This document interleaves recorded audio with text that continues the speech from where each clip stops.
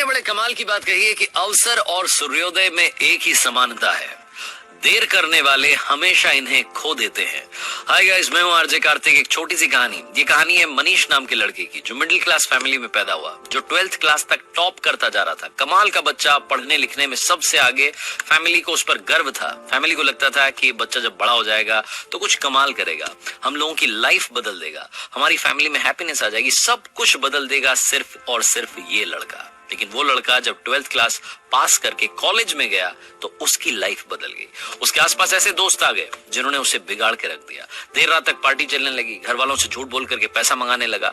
घर वालों को समझ में आ रहा था। उन्होंने एक दिन इसको समझाने की कोशिश की, लेकिन मनीष ने घर वालों को डांट दिया कि आप मुझे ज्ञान मत दीजिए, मुझे सब कुछ मालूम है और आपकी ज्ञान से बात नहीं बनेगी, आप शांत रहिए, मैं अपनी जिंदगी जी लूंगा। घर वालों ने कुछ नहीं बोला।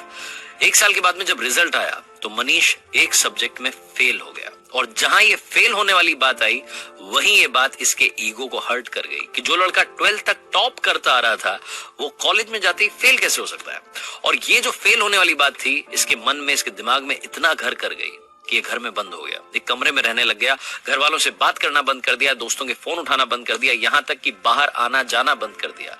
मनीष धीरे धीरे डिप्रेशन का शिकार हो रहा था। ऐसा लग रहा था कि उसकी लाइफ में यहीं पर ही ब्रेक लग जाएगा, सब कुछ खत्म हो जाएगा।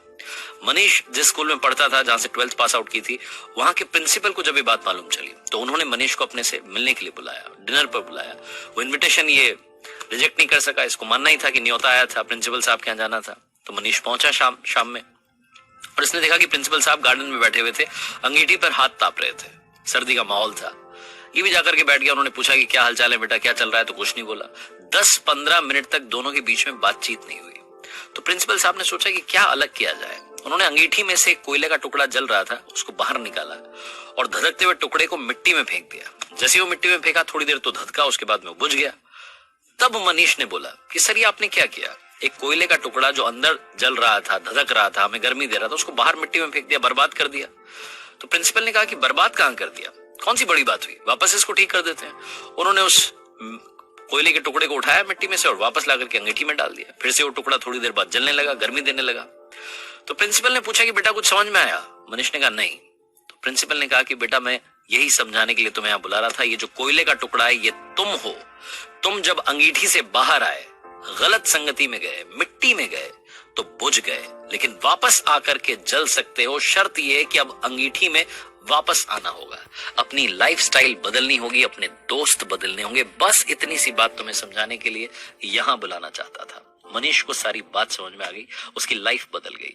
हम में से कई सारे लोग ऐसे हैं जो डिप्रेशन का शिकार हो रहे हैं सिर्फ और सिर्फ एक घटना की वजह से।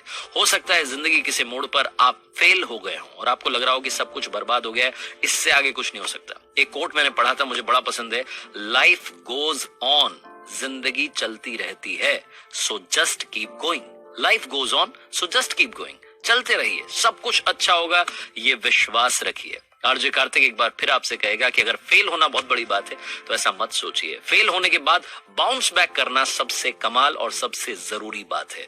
ऐसे कई सारे एग्जाम्पल्स हमारे सामने हैं जो फेल हुए लेकिन उन्होंने वापसी की। तो कम बैक करने के लिए तैयार रहिए, डिप्रेशन को टाटा बाय बाय कहिए और कर दिखाइए कुछ ऐसा कि दुनिया करना चाहे आपके जैसा। हर सोमवार सुबह 9:30 बजे मेरे चैनल पर देखिए एक नई कहानी।